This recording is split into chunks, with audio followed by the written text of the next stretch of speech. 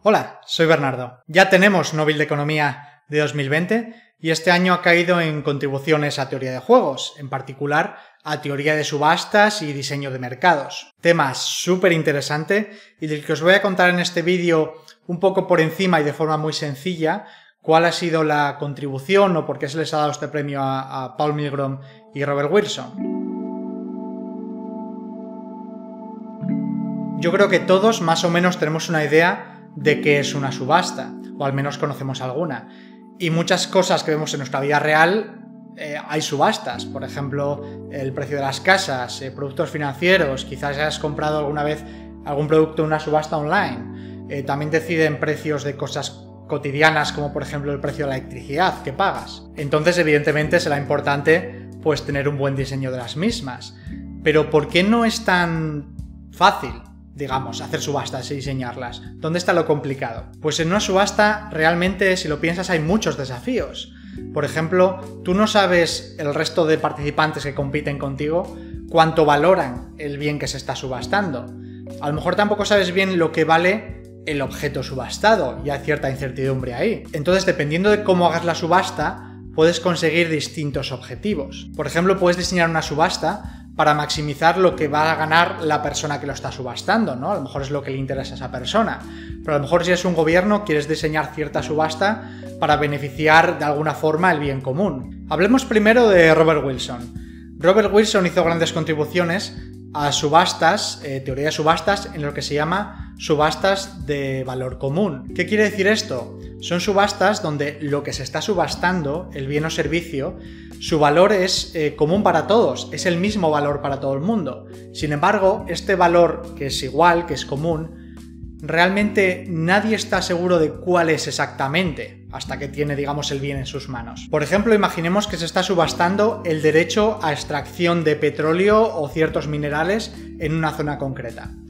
Podemos tener cierta idea de cuánto petróleo o cuántos recursos hay en esa zona, pero quizás realmente hay cierta incertidumbre hasta que realmente lleguemos al terreno y empezamos a investigar o empezamos de hecho a excavarlo.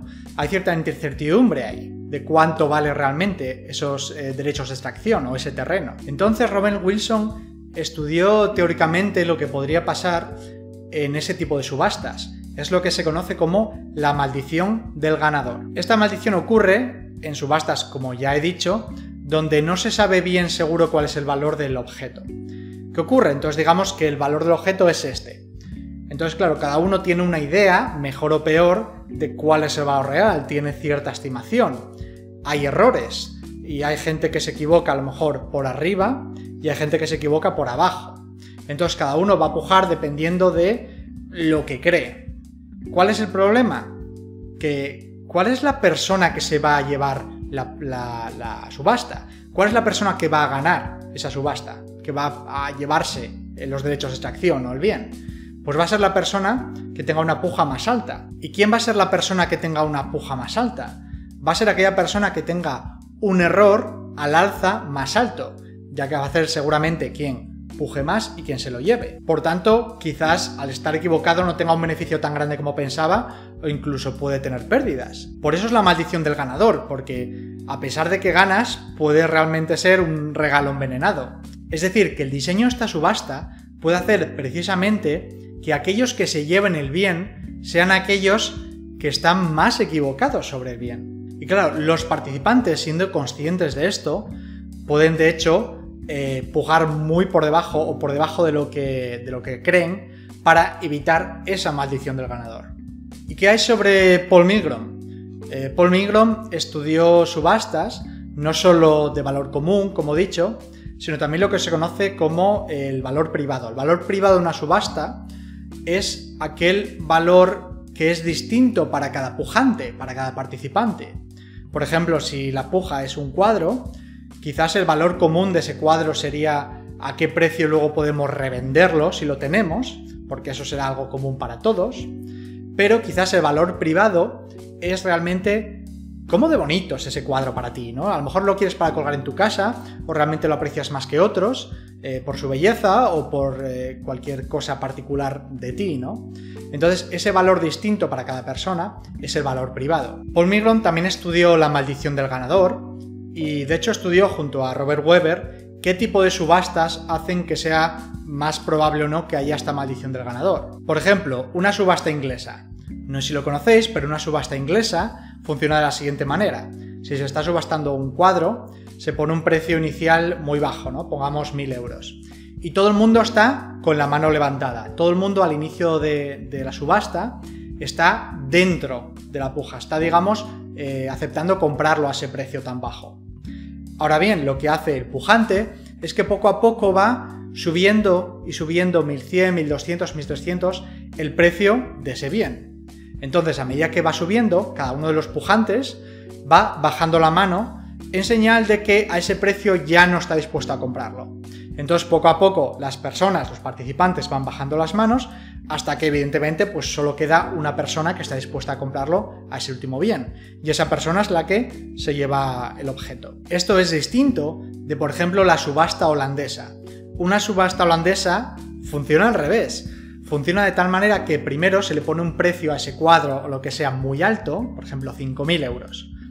Y al principio nadie tiene la mano levantada, nadie está dispuesto a comprarlo a ese precio tan alto. Y el organizador de la subasta lo que hace es bajar poco a poco el precio. 4.900, 4.800 y la primera persona de los participantes que levante la mano se llevará ese objeto a la puja del precio en el que esté en ese momento el objeto. Claro, si os dais cuenta, entre la subasta inglesa y la subasta holandesa hay una diferencia muy clave, que es que en la inglesa la gente realmente obtiene información extra de los otros participantes, porque ve cuándo bajan la mano y por tanto saben cuánto valoran o cuánto estiman esas personas que vale el objeto. Sin embargo, en la holandesa no. La primera persona que lo compra no ha visto nada de esa información de los demás participantes. Por lo tanto, es más probable que la maldición del ganador suceda precisamente en las subastas holandesas. ¿Por qué? Porque no obtiene ninguna información extra de los demás. Sin embargo, en la inglesa sí que aprende algo más de cómo lo valoran los demás y es menos posible que caiga en esta maldición. Y por eso Milgrom muestra que realmente el subastador tiene muchos incentivos para compartir información sobre el objeto y para evitar que la gente no puje alto para evitar esta maldición, ¿no? Entonces por eso pues puede proveer análisis o inspecciones para facilitar esto, ¿no? Otro ejemplo de las contribuciones de los premiados es el diseño de subastas ya más complicadas para mercados específicos. Por ejemplo, el caso de la asignación para uso privado de distintas bandas de frecuencia. En el pasado se asignaban de forma muy ineficiente y sin que el gobierno tampoco sacara mucho dinero de ello. Entonces ellos diseñaron subastas que son mucho más adecuadas para esta asignación.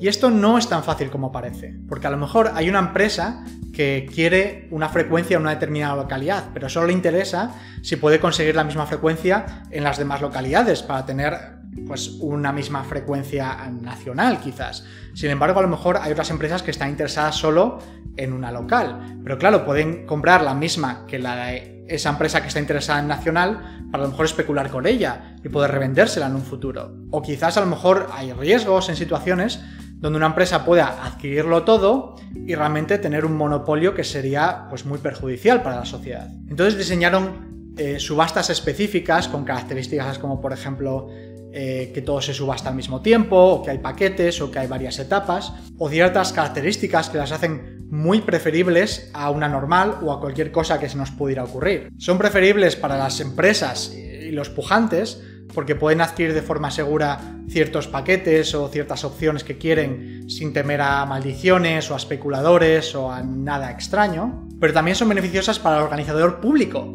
que obtiene una compensación adecuada para lo que se está subastando. Al final, este premio es un buen ejemplo de cómo la investigación básica, en este caso en economía, en teoría de juegos, en interactuaciones estratégicas, puede llevar, y de hecho lleva, a aplicaciones prácticas en un futuro que benefician a la sociedad y a todas las partes implicadas y nos ahorran y salvan millones y millones de dólares. Voy a hablar más de subastas en un futuro y dentro de muy poco voy a subir más vídeos de teoría de juegos que tengo ya ahí en el horno, así que si os ha gustado podéis suscribiros para más, que viene pronto, y compartirlo, por supuesto. Gracias, chao.